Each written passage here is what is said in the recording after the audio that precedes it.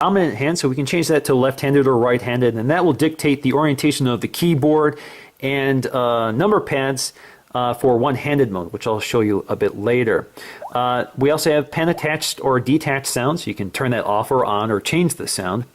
We also have open pop-up note. So if you enable this, every time you take the pen out of its silo, you get this little pop-up note here, which you can take notes on and you can reposition it. So this will appear no matter what you're doing, whether you're on the phone or on a web browser. You also have battery saving mode, so if you enable this, it will stop scanning for the presence of the S Pen, which requires more battery power. You also have S Pen Keeper, which will basically, if you leave the pen on the ground or somewhere on the table and start moving the phone around, it will warn you with a notification and pop-up message. We also have Air View, which you can toggle on and off.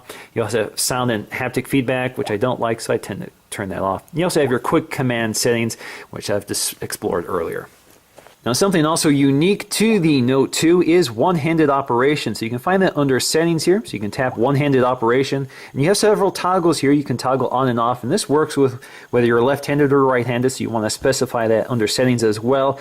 But basically what this will do, if we take a look at the preview here, is that it will align certain keyboards and keypads to left-hand or right-hand users so that you can continue to use the device with one hand. So that's kind of a nice compromise for people who are concerned about the one-handability of this phone. Now, the camera app is pretty familiar here, very full-featured, typical of the Samsung TouchWiz user interface. So you can toggle between camera or video mode here just by swiping the toggle here.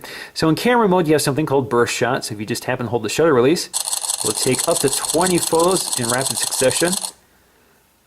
Now on the left, we have all of our controls here, which we can rearrange just by tapping and holding them and moving them around. And you can see we have lots of other options, which we can also drag here.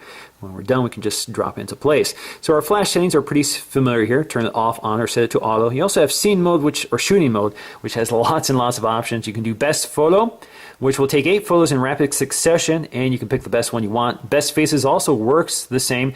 Face detection, you also have panorama mode. Share shot, which uses Wi-Fi Direct to share photos with other compatible devices, like Samsung devices. HDR, you have Buddy Photo Share, which recognizes the people in your photos and automatically shares them with those people. You also have the beauty shots, smile shots, and low light shots. You also have effects here, so you can change the effects of the camera here. So you can see the camera will change here in live view.